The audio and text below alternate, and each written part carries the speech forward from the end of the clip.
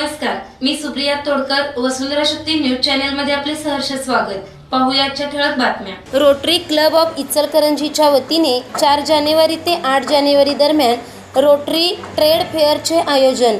Rotary club of इचलकरंजीच्या वतीने 4 जानेवारी ते 8 जानेवारी दरम्यान रोटरी ट्रेड फेअरचे आयोजन करण्यात आले आहे.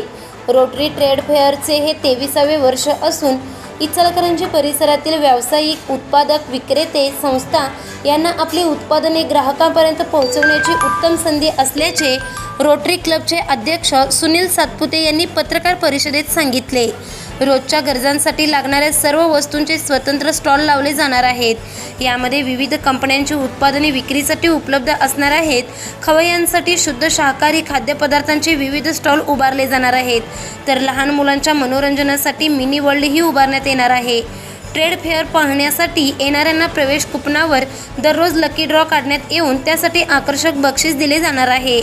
महिलांच्याकरिता रांगोळी स्पर्धा, अरेबियन मेहंदी स्पर्धा, पाककला स्पर्धांचे आयोजन केले आहे. तर याचा इचलकरंजीतील ग्राहक उत्पादकांनी लाभ घ्यावा असे आवाहन रोटरी क्लब इचलकरंजीचे अध्यक्ष सुनील सातपुते यांनी पत्रकार परिषदेत केले आहे.